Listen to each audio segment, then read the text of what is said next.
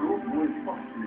Oferecimento Cambuí Veículos. Neste ano, pague da Cambuí.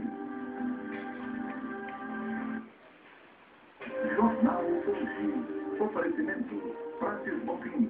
Construa sua casa no Parque das Águas. Lazer completo. Candeias.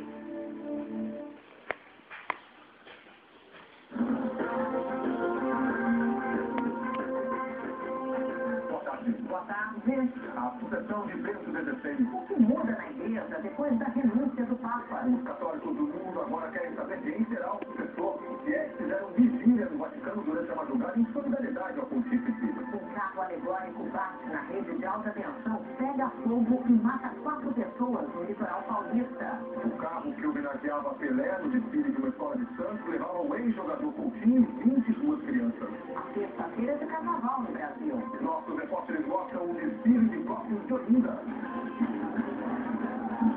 E a festa dos trios elétricos que arrastam multidões nas ruas de Salvador.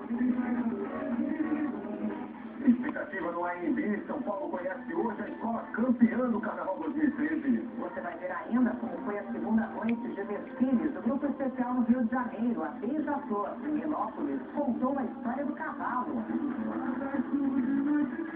Na Vila Isabel, o samba de Martim da Vila embalou um arraiá na avenida. A Mangueira estourou o tempo do desfile, mas a Verde Rosa surpreendeu o público com o show de 2 baterias.